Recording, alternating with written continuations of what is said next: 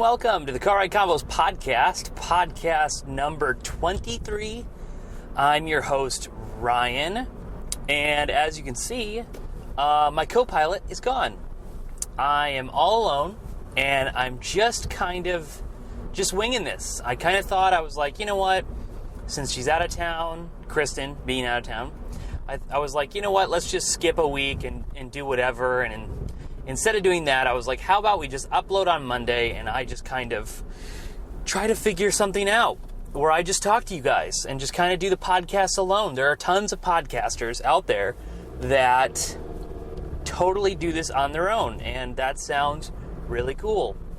I can't hear anything. I have this really weird ear infection all of a sudden that I woke up with today, and I literally feel deaf in one ear, and I kind of looked in the mirror and it was like all swelling and stuff, and I'm just like, I'm slowly dying. I think that's what I'm coming to. I think I'm legitimately dying. I have some sort of ailment. Who knows what it is. Yeah, crazy. I mean, that's what gets you views nowadays. I mean, I noticed that the other day. I was going through like the regular commentary YouTubers and stuff like that, and I saw that there are some Australian YouTubers that are that are faking terminal illness to get views and relevancy on YouTube, and that kind of made me laugh because one of them said that they had it was one of them had a kidney disease, and the other one said that they had terminal like vertigo, which is not a thing. I don't think that's possible. I mean, you can die from vertigo by like, I don't know, falling and hitting your head or something like that, but it's not exactly a terminal illness. But yeah, running the show all alone. I really didn't know what to talk about. I was kind of flipping through some topics in my head, and I just thought maybe I should just pull a Bill Burr and just kind of just roll with it and just kind of see what organically comes out. And initially I was going to talk about loneliness, like just being alone and stuff. I have some pretty good experience about being alone and stuff like that, and I just started kind of going through the mental flashcards in my head, and then I started to realize how depressing that episode would be. And I don't mind there being like a serious podcast, like that's totally fine, but I don't want the thing is I always like, I don't know, there's this fine line where it's like it's okay to be serious, but on the other hand, I never want people to like worry about me, like I feel like I do that a lot. I have a really difficult time reaching out and asking for help, and it's not because I'm just kind of this like very, kind of the valiant lone wolf that everybody, kind of wishes they were and kind of reads about in books and plays the character in video games and stuff like that. No, that's not that at all. I feel like all the times that I've ever like reached out to, for help and stuff like that, it's always come off as, it's always come off like there's something like, oh man, like he's in a really rough spot, like he needs this help, and it just could be something just super innocent and stuff. So I've always shied away from that ever since I was a kid. And I mean, my mom knows, she raised me and stuff, and just kind of, she knows that I've always, out of everything, out of all my shortcomings in life, the one thing that is the biggest detriment to myself is I just really never ask for help and stuff like that. And a lot of the reason is because I just don't want people to think that, to worry about me, that's just kind of me. Yeah, I've been busy holding down the fort as far as school goes this week. Working hard, also putting out a junk ton of videos, working too hard at that, but it's really fun though. Like I really enjoy that sort of work, like I didn't, like initially, like I remember going through, I went through the MassCom, what's it called? MassCom, yeah, I guess Rock Valley's mass communications program at Rock Valley Community College. And I found very quickly that it really wasn't for me. Like, I didn't like any of the stuff that I was doing. I didn't like the programs that I was running. Kind of like the situation that I'm in now with engineering and stuff, except for at the end of the day, you can get that money as an engineer. But I didn't really like all the programs I was running. I was editing on things like Avid and, I think Final Cut. Not saying Final Cut is some superior program, but Final Cut was more for like the advanced kids and stuff like that. Later on down the line, I didn't want to wait. Even though it's kind of dated. It's kind of a dated program nowadays. I've noticed tons of people edit on Adobe Premiere. Which is cool. I'd like to check it out one of these days. I have a feeling a lot of the reason why is because, they probably have done things. They have this whole package where you get like Photoshop and stuff like that. And if you're making a thumbnail, you're going to use Photoshop and stuff. And so if there's a, package where you have editing software and the editing software happens to be just as good as Final Cut Pro, if not a little bit better, then of course you're going to go that direction. But yeah, I kind of bailed on the whole mass comm thing. I kind of had this... I wanted to be like a sound engineer or like a rap producer or like, all these different things. And then I started to realize that, there are, you'll never be the next like Dr. Dre because there's only one of them. You'll never be the next Steven Spielberg because there's only one of them, So I kind of got intimidated by that and just didn't think I was ever good enough, which, totally valid thought at the time. I was, half the time I didn't know what I was doing. I took forever using the programs, but it's fascinating now that I've kind of reverted back and I'm, editing all these videos in Final Cut Pro and stuff like that. And I just find it fascinating that, the cyclical stages of life of just all these things. I think the one constant that I've really carried over from the mass communication things is probably my love for writing. I really enjoy writing. I've written tons of screenplays for you name it. It's out there. I should probably actually take something seriously eventually, and actually see if anybody ever wants to buy one. That would be some good money. But until then, I'm just having fun, living my best. Ooh, got the sickness burps today.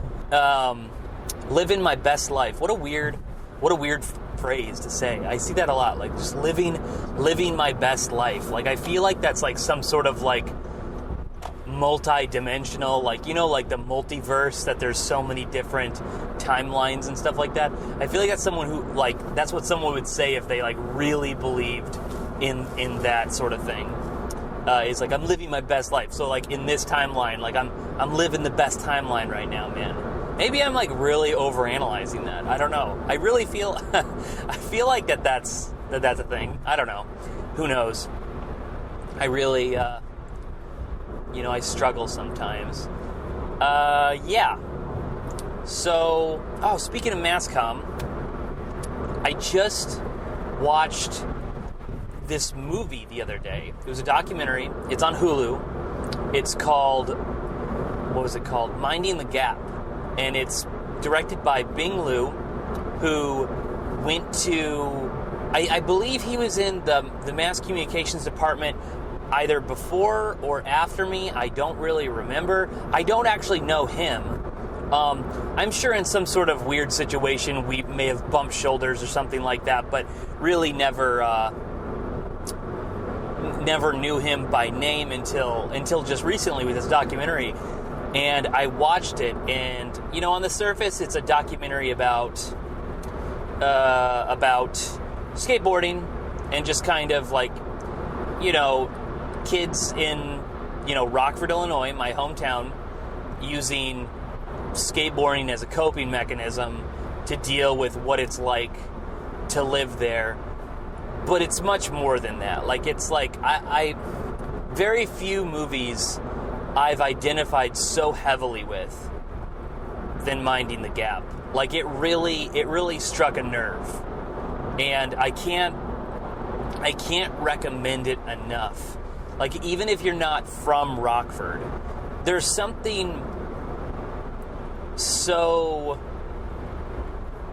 unique about being raised in Rockford, Illinois. I've always said that. Not necessarily for the worst or for the better. There's just something so unique about that place in the world. I don't know if, like, there's some sort of, like, you know, inversed magnetic field there or something, but there's just, like, this weird sort of energy that Rockford has always, like, you know, radiated.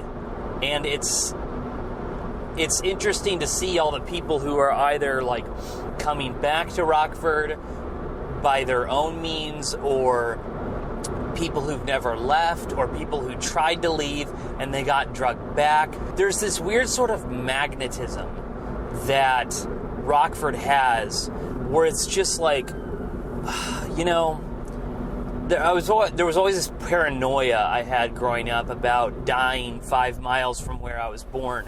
And I mean, like, I lived, like, you know, not even, like, maybe a mile, like maybe a little bit more than a mile away from where I was literally born, the hospital. And I lived there for like 22 or like 23 years of my life there. And there's something so, like, that's just drawing me back. And I don't want to go, like, it's conflicting. I really don't want to go. Like, that's not where the money is. I know everybody in pretty much every industry there, like any sort of industry. I know at least like a couple people. And if you know me, you know that I don't like getting into businesses or work relations with people that I know. Like, it's just not. I don't mix friends and you know, acquaintances with work companions. That's just not something that I've ever thought was professionally okay, and I hold to that. So it's like I can't really, unless I'm going to go there and do something like very, you know, like writing or like producing something, you know, like that's you know, that's an option because you can do that relatively alone. But there's something that just really draws me back to Rockford. And I really feel like it, I don't know, I have no idea. Like, it's hard to not get cynical about, like, what it is that draws me back there.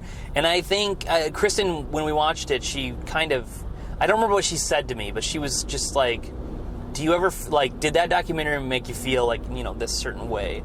And it was funny because it was just kind of like a prod of just, like, trying to figure out, like, my psyche and stuff like that. I don't know. It's very, it's fascinating. Rockford is a fascinating place. I don't really know how to describe it. I can't say many good things about it. I can say many bad things about it, yet there's something that always draws me back there. I don't know why. I'm sure if I were to ever actually move back there, it'd probably be like 2 months in and I'd hate it again, you know, because before I left, I was just like, all right, this place sucks. This place is the worst. Get me out of here. Like, I really need to leave. That's why I applied to school. I applied to schools that were very far away. I didn't want to be there. And I think that's for the better. I think that's good, but it's just, there's some sort of weird energy there. And I'm not trying to be like all like, you know, Martha Stewart-y, let's see, who owns Goop, that dumb magazine. I'm not trying to be like, they're like these energy forces of all. No, I'm not trying to be like that at all. There's just like this weird vibe that I get from Rockford, and I don't know what it is, because it's just it's like that weird, just draws me back. It's like the ring from Lord of the Rings, you know? It's like he puts it on and like these, like, you know, ghosts come out of nowhere because they're drawn to it and stuff like that. Like, I feel like Rockford is the ring, and anytime I put it on, like, it's just like, come back, and I don't know why. I don't really know what's going on. But yeah, I don't know. It's just, I can't recommend that documentary enough. It's super, super good, and I really, yeah, I can't wait to see what, there's all sorts of talent in Rockford. I can't wait to see what sort of stuff, you know, Bing Liu goes on to do, whether it's another documentary, you know, a feature film, or, you know, in any sort of respect of any sort of production. I'm excited. Yeah, I'm just kind of right now driving down 93, looking to get some food because I don't have any at home, so that's what I'm doing. Yeah, so I don't know. Should be good. Get this home. Working on more videos tonight and stuff. I have only a couple free weekends left before I start getting really busy. So just trying to get ahead of the workload so that I can stay ahead of the curve this semester, you know? That's just how it goes. That's just how it goes. That's the workflow. Any other news I've been seeing around recently? See, this is so weird not doing it with a co-pilot, just kind of talking to myself like a crazy person. Not really like a crazy person. I really feel like, not even feel like, I think this is probably completely true. Tons of people talk to themselves. Tons of people. I'm constantly, like, I'm in the shower and I'm having full-blown debates with, like, you know, the devil's advocate side of myself. Like, it's this constant thing. It's so weird. And I don't know, what am I debating for? Like, I don't get in debates with people. That's not something that I do. So it's just like, I don't know why it is like that. Like, it's always like a political debate or,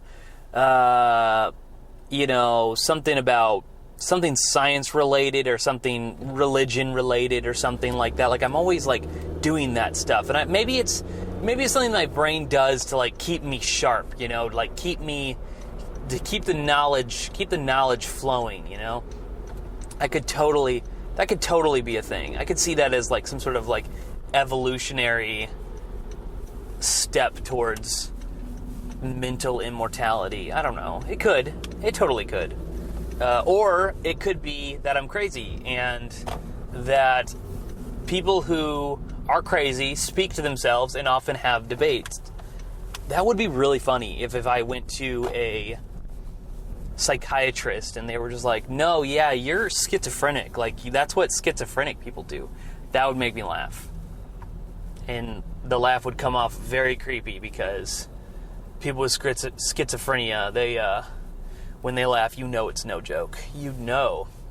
All right, I'm going to go get a burrito. I'll be back. Hopefully you are enjoying episode 23 so far, because I have. Maybe I'll come back with more ideas. We'll see what's up. Yeah, sit tight. Don't die.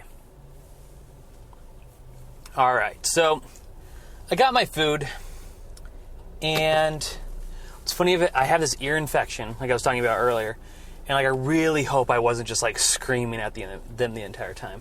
I was having some feedback issues where I couldn't tell how loud I was being.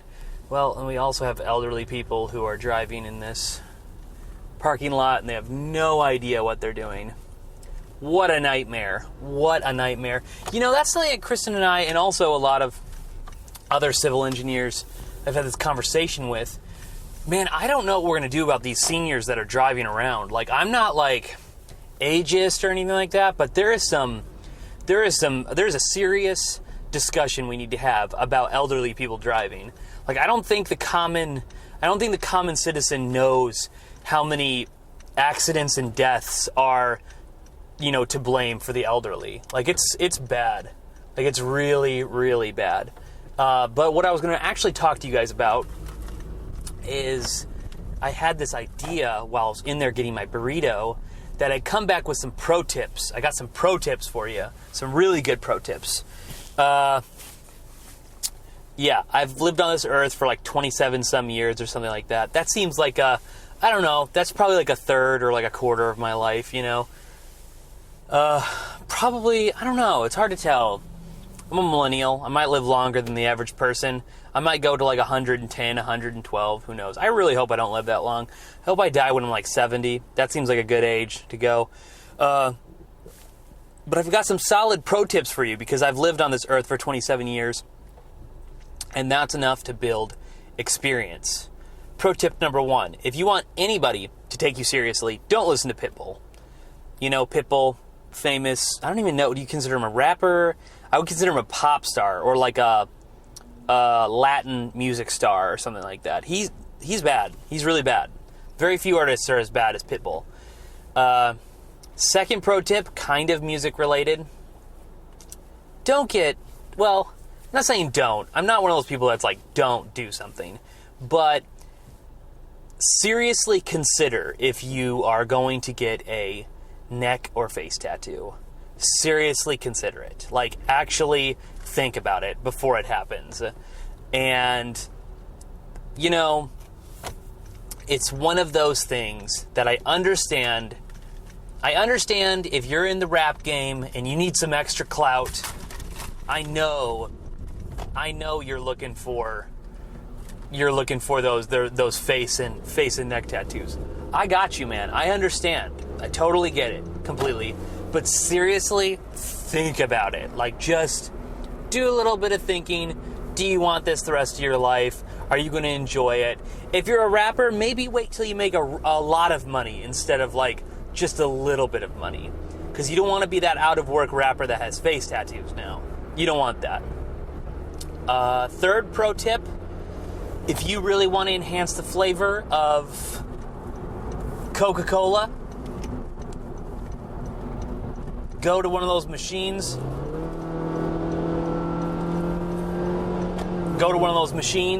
That was actually intense.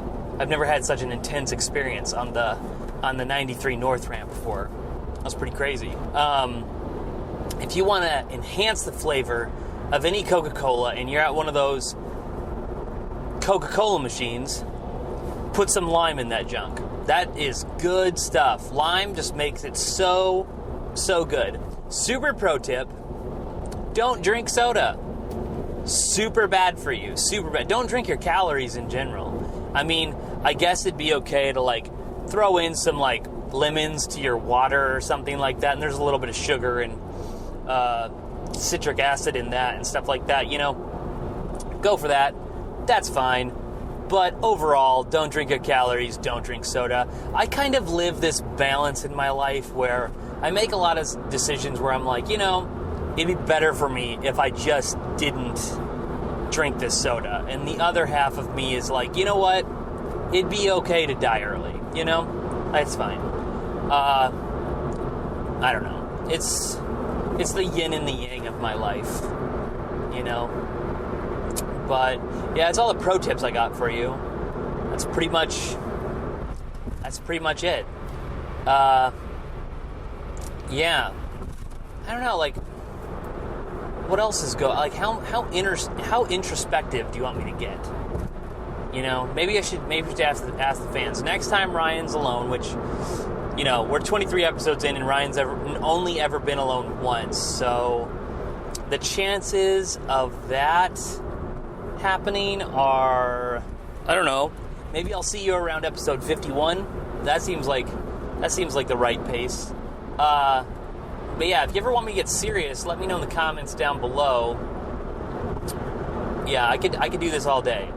I mean, maybe I'm not talking about a whole lot of things. Maybe I'm just kind of meandering a bit. But at the end of the day, I feel like I could do it. Not really, because I really believe the adage where I guess a lot of podcasters say this. They're always like, yeah, you really only have it down when you've hit like 100 podcasts. When you hit that 100 mark, you really know what you're doing, And I don't know. I feel them, I feel them. I don't have that like mobility where I can just pick stuff up and just kind of roll with it, Maybe I need to do some stand-up or something like that to help me get loose with like the whole like ebb and flow of the podcasting scene. What's really fascinating? I just was thinking about this the other day, is that podcasts are called podcasts because of the iPod, a device that no longer exists. It is completely obsolete. You can have an iPhone with songs on it, but as far as the iPod, it doesn't exist. I still have an iPod. I have an iPod Touch. I think it's like a fourth gen or fifth gen or something. One of the closer to the end of the iPod generation. Still works fine. Works good. As long as I'm charging it, like, totally, completely fine. Yeah. I don't know. just some thoughts. Just some thoughts on the whole podcasting scene. I find that fascinating, you know? Because what would we even call it? It'd just be like because obviously it's on the radio, you know? The podcasts, you know, they were made to be put on the podcast app. Were people doing podcasts, like, before iPods? Like, was that something that they were like, yeah, there's really no place for this aside from I can make a website and promote it to people, but there's really no mainstream. Maybe, I'm sure there was, you know.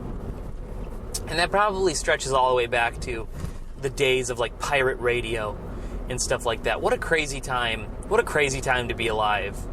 I don't know. Yeah, I mean, I'm going to be for real with you. That whole podcasting thing, I actually heard that on another podcast. I'm not stealing it. I just was thinking about it because of that. But another thing they were talking about, which I thought was really fascinating as well, is just this entire there's so many crazy aspects technologically with this generation, not my generation or the generation before, or like, you know, just with each generation, technology is moving so quickly that there's just, like, really interesting times to be alive. Like, if you started, let's see, 7, 8, 9, 10, the end of the year is like 11, or, no, maybe not. Maybe that's not how it works.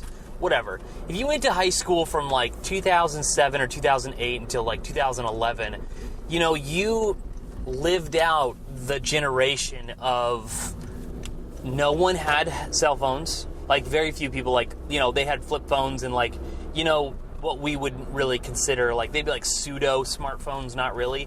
And by the end of it, I'm sure everyone had one, you know? Like, that's got to be a crazy, maybe not. Maybe it's just something you just kind of, like, as a human, you just adapt to. Maybe it's just something that you're like, oh, yeah, well, it's just always been that way, you know? Because, like, the generation before, like, I can't think of something that could happen technologically so quick over the span of 4 years, you know? Like, my parents' towards the end of their life, were, like, probably buying, like, Hank Williams Jr. records, you know? And by the end of my parents, their kids' college years, they were probably still buying records, you know? Probably closer to, like, things like Ozzy and Pink Floyd and, you know, all that stuff. Well, maybe not Ozzy. Ozzy's kind of a little bit more recent. Pink Floyd, 70s, I don't know. 80s-ish. Whatever. You get the point. Like, that's like 30, that's like not even 30. That's like from like the 40s, or like from like the 50s until like the 80s. You know, that's a long time. And then we're talking about like how quickly cell phones have changed in a matter of 4 years. Like 40 years, like it's longer than that, but let's just, for the sake of making it like, you know, this kind of very tasteful way of wording it, 40 years versus 4 years, that is so crazy, dude. That is so crazy. Like, I don't know. If I end up living into an age where, I mean, I grew up, the first ever computer we had was this giant tower. It was a Gateway 95. It came in a, like, Dalmatian printed or, like, cow printed box, right? No internet. We just played games on it. Like, we played, like, this mouse game. We played, like, solitaire. It was just like our little gaming machine, you know? It was in between the years of the Nintendo, of the years we had Nintendo, because we didn't get Super Nintendo or Nintendo 64. We didn't really get us another gaming platformer until PlayStation 1. So that's what I started with. No internet connection. We got internet kind of later on, so I was not born with the internet. And if I live out my life any further, if quantum computing happens, how crazy is that going to be? Like, oh yeah, I went from the time where, like, there was no internet to, like, you know, quantum computing, you know? And I really feel like it's just like this crazy thing where the internet, I really feel like it's the internet. People say it's smartphones. I really think it's the internet has really expedited technological growth at an exponential level, and it's, in my opinion, dangerous. Like, I know there's like a huge debate, between artificial intelligence, whether we can do it or not. Number one, if we can quantum compute in the next 10 to 15 years, I don't know. Some people say it already exists with the way that a lot of websites operate as far as Google and stuff. But, it's moving, technology is moving at such a fast rate that are we going to lose track and all of a sudden have AI, a dangerous AI on our hands where it's like, yeah, we made this because we literally were just moving too fast as a species. That's scary. Not really. I don't know. I'm not one of those people that's super afraid of no longer living. That's not really something that that would suck, but it's not I'm not afraid. But what a wild existence that would be. That it's just we're moving way too fast, and it could be the collapse of our existence. Who knows? Who knows? It's kind of the same thoughts that kind of went around the whole, what was that, back in whenever it went from 1999 until the year 2000, Y2K or something like that, some sort of weird thing that everybody thought that it was going to collapse. And there was actual bad things that happened because of Y2K, as far as I've read things about certain medical charts being messed up and stuff like that. But it could it happen again? Could it happen again? Who knows? Who knows? We got the BPHC police. BPHC police. Who are the BPHC police? I have no idea. Absolutely no idea. Boston Public something? I don't know. No idea. You live and you learn. You're in Quincy, but you got someone that's Boston Police Headquarters? Police? What? I don't know. I'm bad at acronyms. I have no idea. Luckily, I'm almost home. I get to eat. How exciting. And then I get to put this together. Which, if you're seeing this, I'm sure I'll probably release it somewhere around Monday, I think, probably. Which is not our regular upload things, but that's just the way the news goes. What's that from? The way the news goes. I don't know. I had it there for a second. Let me know in the comments. What am I quoting? I'm probably misquoting something that's confusing me. Yeah. Next time you'll see me, I'll have my co-host and my bro-host, Kristen. Very cool co-host. Very good. I know I didn't do the little jingle at the very start here where I was the only podcast that, blah, blah, blah. But this is a very unorthodox podcast, We're not really doing things by the Car Ride Convos Podcast book. Hence the reason why I'm kind of winging it this entire thing. Trying to see here if the BPHC police are gonna... No, they're not gonna pull me over. One of these days, someone's gonna pull me over for having a camera in my face, and they're gonna be like, you can't see. Well, I can. It's a super small camera. That's just how it works. But yeah. So I'm sure whenever you're watching this, you're like, wow, how can someone jump so quickly from topic to topic? That's just how my mind works. Kind of trying to unload it all for you, just kind of get inside the mind of Ryan, Hopefully you had fun, because I did. Anytime I get the opportunity to talk, I thoroughly enjoy it, even though my ear is hurting really bad right now. I should probably take some pills when I get home. But, not exactly the best at taking care of myself, so that's also a problem. But yeah, so hopefully you guys keep it real. Hopefully you enjoyed the podcast. We'll be back to our regular scheduled programming when Kristen gets back, which is tomorrow. So, fun. I could have just recorded one tomorrow. Not really. That would have been very tiring. I'm glad I didn't do that. Thinking ahead. Very smart. Well, it's been real, everybody. I'll catch you guys on the next one. what is it we say on this show? We don't really have like a sign out thing. It's just like always and always stay fresh out there, ladies and gentlemen. That sounds actually pretty good. We're going to go with that. See ya!